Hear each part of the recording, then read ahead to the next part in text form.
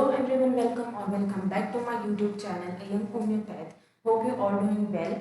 So as you all know, in this video we are going to know about Aurum Traphylum medicine, which is very important medicine in your day-to-day life in this weather, right? Yes, so particularly this medicine is its main sphere of action is on the mucous membrane of the nose and mouth and throat, right? So in this weather, most of the patients are come with a complaint of cold and coryza and all the things, right? So this particular medicine is very important in this weather in your clinical practice, right? So and also this particular medicine is very important when you are in your second proof, right, of the BHMS. So particularly this medicine comes in your examination as a short note, right? For particularly its action on the nose and on the mouth, right? So in this video we are going to know all the things about Aurum Traphylum, right? So let's get started.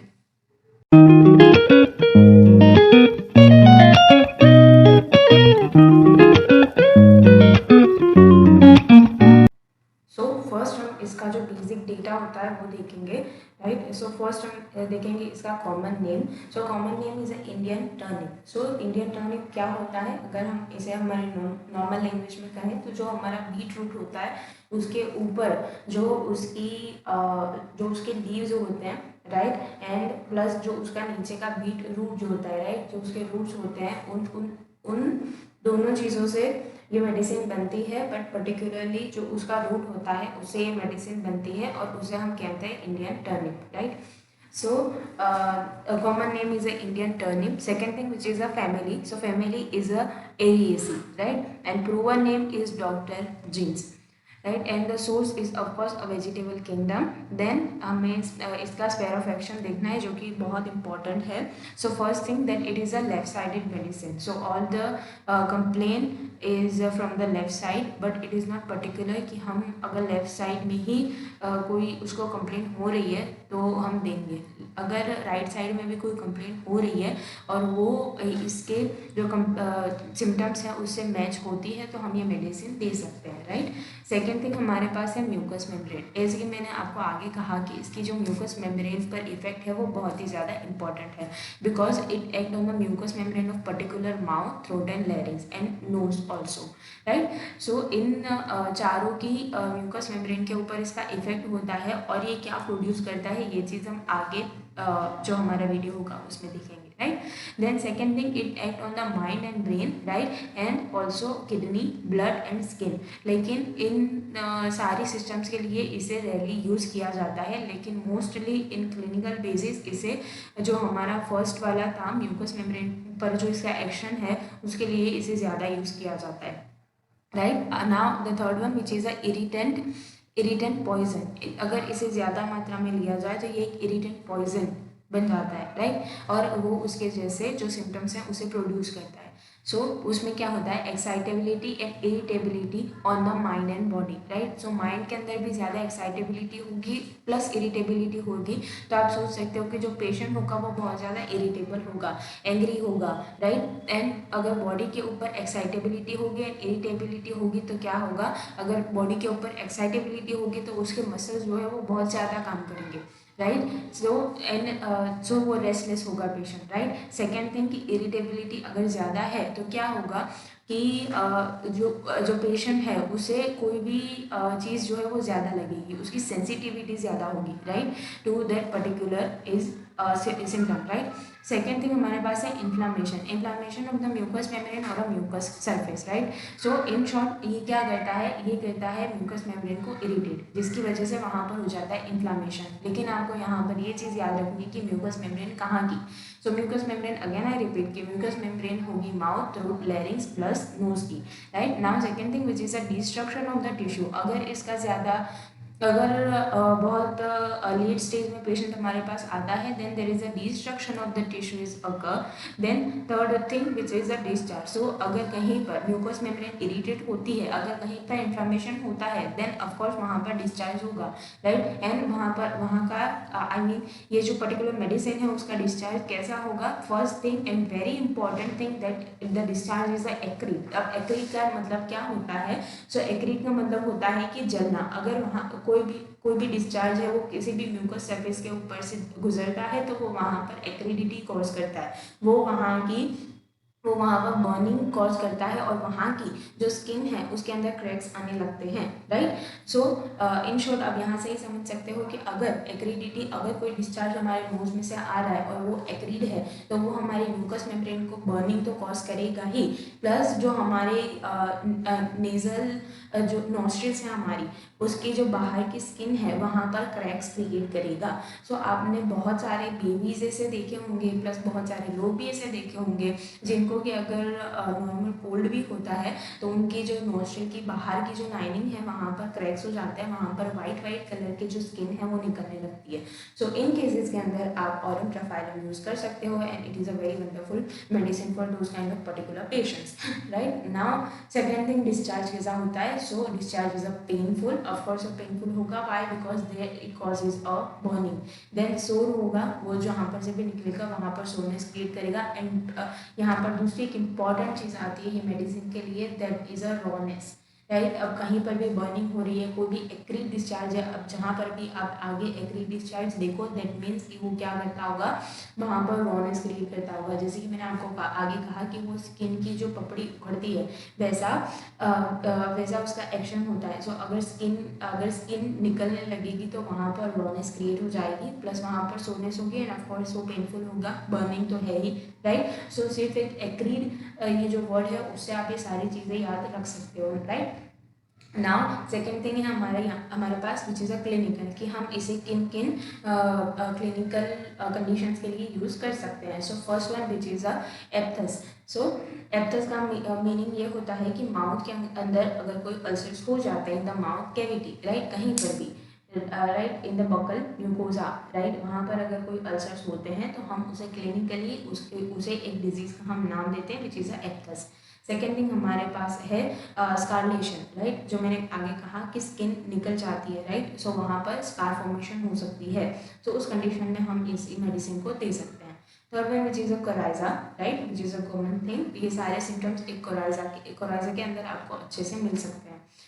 Fourth one which is a typhoid, and then diphtheria में भी ये medicine हम दे सकते हैं। Then there is a mouth sore and glandular swelling. और यहाँ पर एक जो मेन एक बहुत इंपॉर्टेंट चीज़ है जो कि ये सिर्फ एक मेडिसिन के अंदर आपको देखने को मिलेगी, विच इज़ अ क्लिंजमैन सोर थ्रोट। अब क्लिंजमैन सोर थ्रोट है, उससे हम ये समझेंगे कि अगर कोई एक पर्टिकुलर पर्सन है उसका काम ऐसा है कि उसे पूरा दिन बोलना पड़ता है, उसे पूरा दिन थ्रोट है उससे ही काम करना पड़ता है, राइट। सो उसकी वजह से अगर उसे सोरनेस फील होती है इन द थ्रोट तो हम उसे ये मेडिसिन दे सकते हैं, लेकिन हम इसे पर्टिकुलरली कहेंगे क्लिंजमैन सोर थ्रोट। सो क्लिंजमैन जो होते हैं वो भी पूरा दिन उनका काम ही यही होता है कि उन्हें पूरा दिन बोलना पड़ता है, राइट।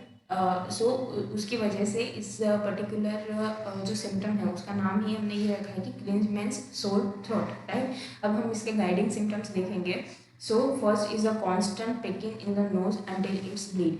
सो ये पर्टिकुलरली बेबीज के अंदर आपको दिखेगा और कुछ जो एडल्ट होते हैं उनमें भी आपको दिख सकता है कि जो लोग जिसे भी हम ये मेडिसिन देंगे उसके अंदर ये पर्टिकुलर हम सिम्टम देखेंगे कि जो वो एक पेशेंट है वो कॉन्स्टेंटली उसके नोज़ के अंदर पिकिंग करता रहेगा, इधर उसकी फिंगर्स से और कोई भी चीज़ से, राइट। सो इन शॉर्ट इससे हम समझेंगे क्या कि जो पेशेंट है उसे उसके नोज़ के अंदर कॉन्स्टेंटली कुछ ऐसा फील होता होगा या फिर तो उसे वहाँ पर बर्निंग हो रही होगी और उसे वहाँ पर फिंगर लगाने से एमेलियोरेशन होता होगा, इसीलिए जो बेबी है या फिर तो कोई पेशेंट है वो ऐसा करता होगा। लेकिन उससे क्या होता है कि वो वहाँ की जो म्यूकस मेम्ब्रेन है वहाँ से ब्लीडिंग होना शुरू हो जाती है, राइट।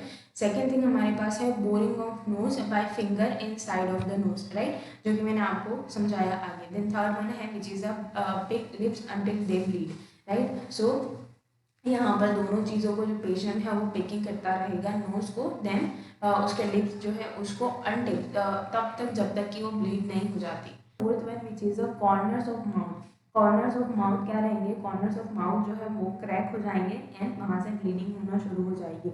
अब ये चीज़ क्यों होती है, ये चीज़ इसीलिए होती है जो कि बिकॉज के जो पर्सन है उसका जो सलाइवा है, राइट, उसकी जो सलाइवरी ग्लैंड्स में से जो सलाइवा निकलता है, आगे भी हमने देखा था कि इसका एक एक्शन होता है ग्लैंड्स के ऊपर। सो इसका एक पर्टिकुलर पिक्यूलियर उसका एक्शन होता है on the salivary gland. So salivary glands के ऊपर इसका एक्शन ये होता है कि जो सलाइवा निकलता है उसकी जो पीएच होती है वो ज़्यादा होती है, जिसकी वजह से वो एक्रिडिटी कॉज करता है और उसकी वजह से जो उसके पेशेंट के माउथ के कॉर्नर्स है वो क्रैक हो जाते हैं और वहाँ पर से ब्लीडिंग होना शुरू हो जाती है। Then fifth one which is a acrid discharge which is a very very important, और ये हर जगह पर आपको दिखेगी एक्रीट डिस्चार्ज। सिक्स्थ वन है which is the nose feels stop and watery discharge, right. So nose stop हो गई होगी ऐसा पेशेंट को फील होगा, प्लस वहाँ से वाटरी डिस्चार्ज होगा जो कि होगा acrid. Then aponia which is after the northern west wind which is a ulcer in the buccal mucosa, right, जो कि मैंने आपको आगे समझाया एप्थस एंड एपोनिया। सो ये पर्टिकुलरली कब होगा, जबकि जो पेशेंट है वो नॉर्दर्न वेस्ट विंड से उसको इफेक्ट हुआ होगा। अब नॉर्दर्न वेस्ट विंड हमें कब लगती है, राइट। सो कौन से मौसम में हमें ये विंड्स आ सकती है, सो पर्टिकुलरली जो अर्ली विंटर्स होते हैं, राइट, उसके अंदर जो नॉर्दर्न वेस्ट विंड्स जो है वो पर्टिकुलरली इंडिया के अंदर आती है, राइट। सो उस टाइम के अंदर अगर कोई पेशेंट आपके पास आता है with the mouth in the ulcer, with the mouth in the buccal mucosa, तो आप ये मेडिसिन उसे प्रिस्क्राइब कर सकते हो। Then fluid coryza with the nostril raw, right? Then children's. So children's refuse food and drink. Why? Because there is a acrid discharge. There is a acrid saliva, or because of this acridity, there is a burning, right? And there is a rawness. सो जो baby होगा वो खाएगा नहीं ना ही कुछ पिएगा, right, because कि वो जैसे ही कुछ खाने लगता है, जैसे कि कुछ पीता है, तो उसकी बकल म्यूकोसा के अंदर इरिटेशन होने लगती है, right. Then the last one, which is a tongue and buccal cavity, is a raw, bleed and acrid salivation, right? Then elements from, so elements from in the sense कि उसका cause क्या रहेगा या फिर तो कब से तो causes, right? So exposure to northern west wind, right, and cold air and overuse of voice, right? Then इसका माइंड क्या रहेगा, there is a pick nose, mouth and lips until it bleeds, right? जो patient है वो irritable है, हमने आगे देखा था कि जो पेशेंट है वो इरिटेबल है, देन एक्साइटेड है।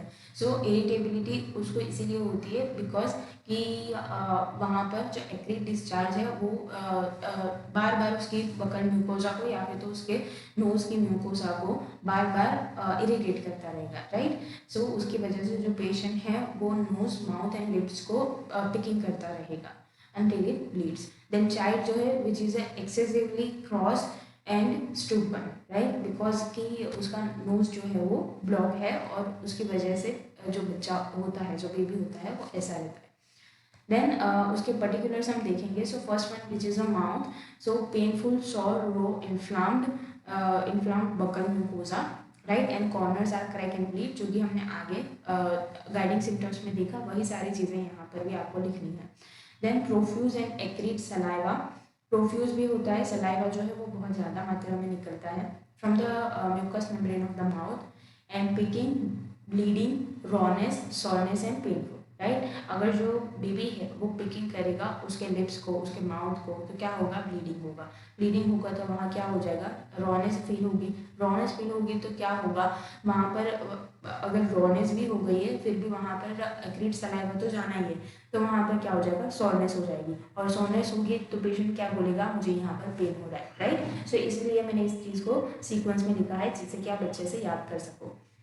देन यहाँ पर इसका एक की नोट आता है, that scream with pain but keeps boring, right, in the diphtheria, right. अब बेबी जो है वो रोएगा, राइट, जो बेबी है वो क्राइंग करता रहेगा, लेकिन फिर भी वो उसके माउथ के अंदर, उसके नोज के अंदर बोरिंग करता रहेगा, पिकिंग करता रहेगा, राइट।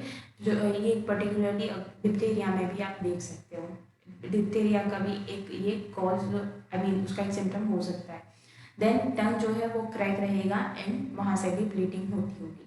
देन चाइल्ड जो है they refuse to food and drink and soreness of mouth, right. Now second thing which is the nose in the acute cases, particularly जो ये पूरी मेडिसिन है उसे हम एक्यूट केसेस के अंदर ही यूज करते हैं, राइट। देन वहाँ पर क्या है, acute cold, right, discharge is acrid and fluent, right. So यहाँ पर दो चीज़ें आपको मिलेगी कॉन्स्टेंटली, कहीं पर भी आप चले जाओ कि डिस्चार्ज जो है वो एक्रीड है प्लस फ्लूएंट है एंड प्रोफ्यूज है, right. Then stiffness of nose, watery discharge and patient must breathe through mouth, why, because कि जो उसका नोज है वो ब्लॉक हो चुका है, right, because of the excessive discharge of the mucus, right. Then throat के अंदर क्या है, अगेन क्लिंजमेंट सोर थ्रोट आएगा, जहाँ पर कि rawness, soreness and painfulness feel होगी पेशेंट को in the throat. Then swallow करने पर अगर पेशेंट कुछ खाता है तो वहाँ पर उसे कफ होना शुरू हो जाएगा, राइट, एंड वो भी पेनफुल रहेगा। देन कफ होगा एंड जो सिंगर्स होते हैं, राइट, उनके अंदर ये चीज़ बहुत ज़्यादा देखने को मिलती है बिकॉज कि वो अपने वॉइस का बहुत यूज़ करते हैं, right, modality over use of voice, और उसके एलिमेंट्स फॉर्म में भी आएगा ओवर यूज ऑफ वॉइस।